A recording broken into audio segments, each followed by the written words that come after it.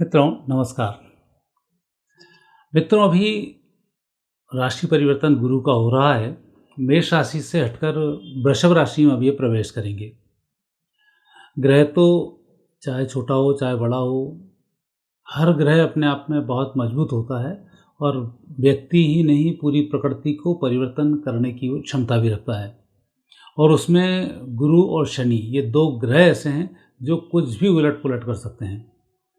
गुरु जहाँ हम बड़ा सौम्य और कृपावान, बुद्धिमान ऐसा इस ग्रह को माना जाता है, लेकिन जब इसके नेगेटिव परिणाम आते हैं तो ये नेगेटिव परिणाम भी खतरनाक साबित होते हैं।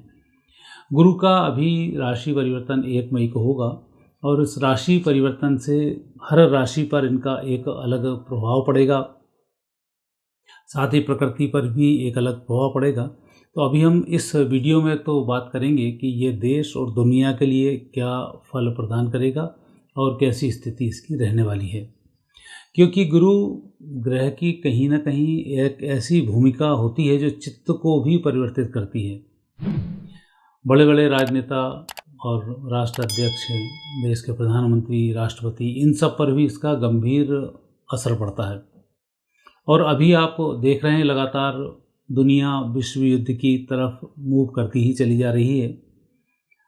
परिस्थितियाँ भी बहुत अच्छी हैं नहीं, और इस गुरु का जो प्रभाव है वो प्रभाव बड़े विचित्र तरीके से सब जगह पड़ने वाला है।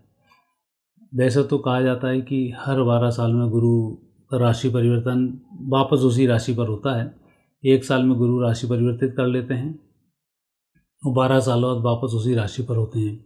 जैसे अभी वृषभ राशि पर आ रहे हैं, तो ऐसा नहीं है कि वृषभ राशि पर गुरु पहली बार आ रहे हैं और पहली बार इस तरीके के काम होंगे, पहले नहीं हुए।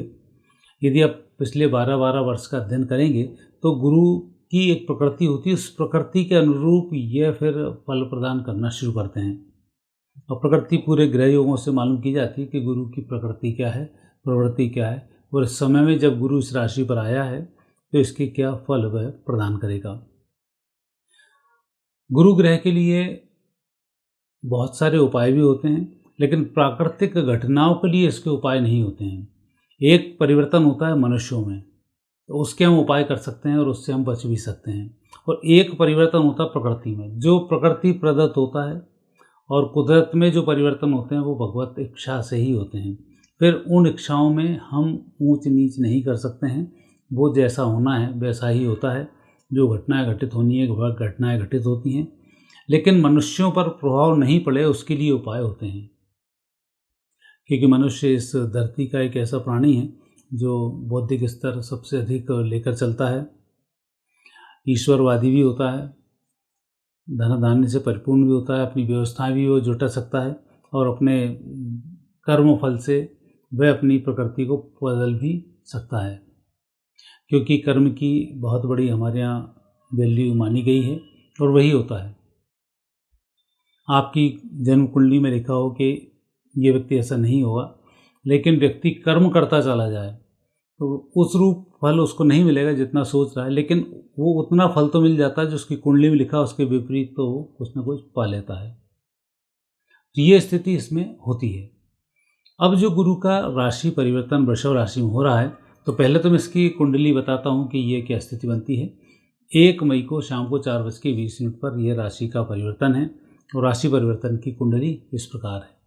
केतु लग्न स्थान पर हैं, चंद्रमा मकर राशि में है, पंचम भाव में, शनि छठे स्थान पर, मंगल बुध राहु सप्तम भाव में, सूर्य शुक्र अष्टम भाव में, गुरु हैं भाग्य स्थान पर। यहाँ अब महत्वपूर्ण बात ये आती है कि जो लग्न का स्वामी है यह सप्तम भाव में मंगल राहु के अंगारक योग में है। गुरु की स्थिति यहाँ पर तुला राशि में है, वो एक तरह से अपने मित्र की राशि है। वैसे गुरु और शुक्र दोनों एक दूसरे के शत्रु होते हैं, लेकिन भाग्य स्थान पर जब वृषभ राशि से गुरु का संयोग होता है तो उसका मित्र बन जाता है। तो जब ऐसा शत्रु, जो शुक्राचार्य जी के बारे में आप जानते हैं कितने खतरनाक हैं, वो फिर मतलब दैत्य और दानव जब दोस्ती कर लें तब क्या स्थिति होगी, समुद्र मंथन होना शुरू हो जाता है। तो यहाँ दैत्य और दानव की दोस्ती के लिए गुरु यहाँ पर प्रवेश कर रहे हैं। केतु का एक बड़ा विचित्र प्रभाव होता है। तो ये जो परिवर्तन है, यह केतु से गुरु दृष्ट हैं, तो ये भी एक राक्षसी ग्रह है जो गुरु को फिर सपोर्ट कर रहा है। चंद्रमा, गुरु की नीच राशि में चंद्रमा है जो नवम पंचम योग यहाँ पर बना रहे हैं। तो इस बार का जो राशि परिवर्तन है ये बहुत ख़ास है। पहले भी राशि परिवर्तन हुए हैं। नवंबर 88 में ये चेंज हुआ, जून 2000 में चेंज हुआ और 2012 में वृषभ राशि में आए और अब ये वृषभ राशि में वापस आ रहे हैं। यदि इन सब का हम अध्ययन करते हैं, वैसे तो हर 12 वर्ष में लंबे समय तक अध्ययन कर सकते हैं, परंतु हम भारत की बात कर रहे हैं तो भारत में 1988 में एक चेंज आया। 88 के बाद चेंजेस आने शुरू हुए कि यहाँ पर जो सरकारें थीं वो कांग्रेस की बकौती समाप्त होकर दूसरी पार्टियाँ उभरना शुरू हो गई। परिवर्तन एकदम नहीं होता है, सारा कुछ चेंज है। पहले व्यक्ति आया, 13 दिन के प्रधानमंत्री बने, फिर 13 महीने बने और इस तरीके से करके आज बीजेपी फुल प्लेस है। 404 उस समय में कांग्रेस थी, अब 404 बीजेपी क्रॉस करने की स्थिति में है। तो ये समय का जो चक्र है वो चक्र बदलता ही रहता है और इस समय के चक्र को बदलने में गुरु की बड़ी भूमिका है। इसलिए मैं गुरु पर आपसे बात कर रहा हूँ। 88 से लगाकर 2000 तक ये जो परिवर्तन हुए वो आपने परिवर्तन देखे। एक सरकार थी, स्थायी थी, वो हटी, फिर मिश्रित सरकारें आनी शुरू हुई, 2000 आया, 2000 के बाद फिर एक स्थायी सरकार आई जो 2004 तक चली। फिर इसके बाद 2000 के बाद नए परिवर्तन आने शुरू हुए। 2004 से लेकर 2012 तक ये फिर एक स्थिर इसने सरकार दी, सारी व्यवस्थाओं को उसने करते हुए 2012 आया और 2012 से फिर मनमोहन सरकार के खिसकने शुरू हो गए। उनके खिलाफ माहौल बनना शुरू हो गया, उनकी जितनी भी असफलताएं थी सब सामने आने लग गई, जितने भी काले कारनामे थे सब सामने आने लग गए, जो नेगेटिव था वो भी सामने आने लग गया। क्योंकि गुरु चित्त का कारक है, अंतर्मन को उधेड़ देता है। आपके मन में जितने पाप भरे हुए हैं सारे पाप बाहर आ जाते हैं और यही कारण है कि 2000 के बाद बड़े बड़े नेता जेल जाने की स्थिति में आने लग गए, उनके ऊपर कोर्ट कचहरी चलने लग गए, अधिकारियों पर नकेल कसना शुरू हो गई। और 2012 के बाद जैसे ही आया वैसे ही न्याय करना शुरू कर दिया। 12 से लेकर 24 तक उसने एक न्याय किया। तो आपने देखा होगा कि 2012 के बाद बड़े बड़े नेताओं को जेल हो गई, पहुंच गए और अभी तक लगातार जा रहे हैं। नेता ही नहीं, बड़े जितने उद्योगपति थे जो चोरी करते थे या कहीं देश को नुकसान पहुंचाते थे वो सब सामने आने शुरू हो गए। आतंकी और अपराधी अब ये भय से कांपने लग गए। इनके जितने भी PFI जैसी कुछ संस्थाएं हैं, कुछ नेगेटिव संस्थाएं, ये सब बाहर आना शुरू हो गई। इनके पाप उजागर हुए, इन पर सरकार ने कदम उठाने लग गए। सरकार में ईमानदार व्यक्ति आके बैठना शुरू हुआ। पूरे ईमानदार नहीं हो पाए, वो अगले चरण में ईमानदारी फिर बढ़ेगी क्योंकि 2024 के बाद का जो समय है उसमें। तो ये 12 से लेकर 24 तक ये सारी चीज़ें बाहर आईं। अमेरिका अपनी उनके पाप थे सब बाहर आने लग गए। रशिया यूक्रेन युद्ध ये सब चीज़ें बाहर आने लग गई। और अजरबैजान इसका ये सब बाहर आना शुरू हो गया। पाकिस्तान जो एक दादागिरी करता था सब ठंडा पड़ गया, अब सारे आतंकवादी वहीं बंदूक चलाने लग गए। हमारे अंतर्मन से श्रीलंका नेगेटिव था, श्रीलंका की स्थिति बिगड़ गई। नेपाल नेगेटिव था, नेपाल की स्थिति बिगड़ गई। चीन नेगेटिव था, चीन की पोल खुल गई। चीन दुनिया के नक्शे से अब धीमे धीमे कमज़ोर होना शुरू हो गया। तो इस प्रकार से जो असर डाले वो उसने 12 से 24 तक के अंदर डाले। अब 24 में जो राशि परिवर्तन हुआ है ये राशि परिवर्तन खतरनाक असर डालने वाला है। 1 मई के बाद अमेरिका की पोल खुलेगी और अमेरिका और ईरान के और मुस्लिम कंट्रीज़ के झगड़े अब ये गुरु नहीं रुकने देगा और इसमें भारी तबाही मुस्लिम कंट्रीज़ जो अब उछल रही हैं इनकी होने वाली है। विशेष रूप से मुस्लिम कंट्रीज़ की हम बात वो कर रहे हैं जो आतंकवादियों को सपोर्ट देते हैं, अंदर से आपके अंदर पाप भरे हुए हैं, हड़प नीति आप बनाए बैठे हैं।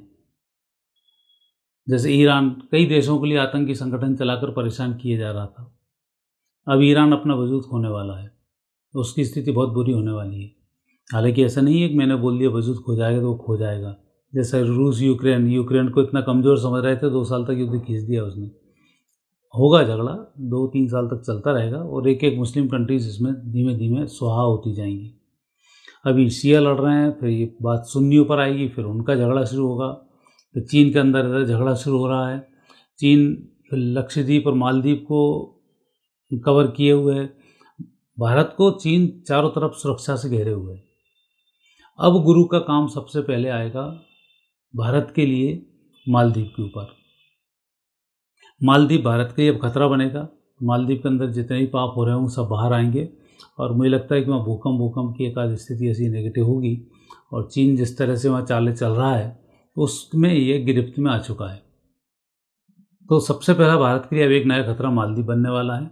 मालदीव की तरफ से अब जितने आतंकवादी हैं जो पाकिस्तान और पंजाब होते हुए भारत में घुसते थे, पाकिस्तान कश्मीर से भारत में घुसते थे, कश्मीर बंद हुआ, पंजाब शुरू हो गया।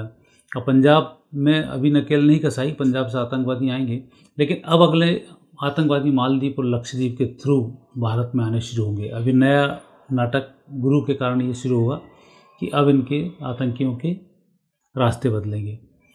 भारत की आर्थिक स्थिति में अच्छे सुधार के संकेत हैं। ये गुरु भारत के लिए बहुत शुभ है।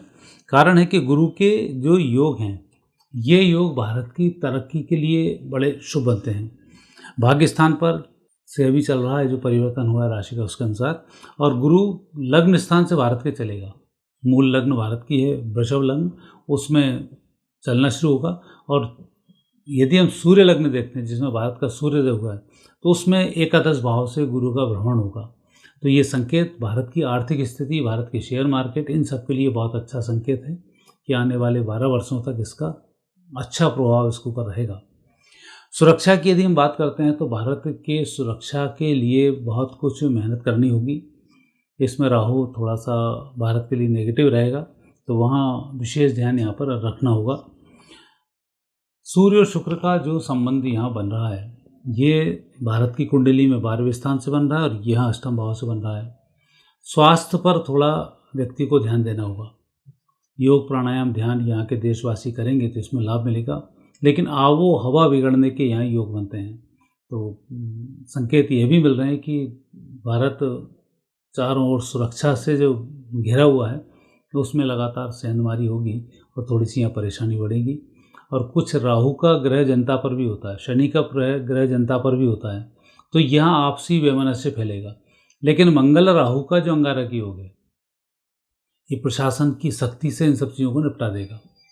लेकिन जहाँ नेगेटिव सरकारें हैं, नेगेटिव लोगों को सपोर्ट कर रही हैं, वहाँ स्थिति थोड़ी सी विध्वंसात्मक रहेगी। तो उसमें थोड़े से नेगेटिव इसमें योग बनते हैं जो भारत के लिए ठीक नहीं है। तो ये राहु का जो मंगल के साथ चलना है गुरु के परिवर्तन के समय में, यह परिवर्तन का जो संकेत है ये बहुत अच्छे संकेत नहीं देता है।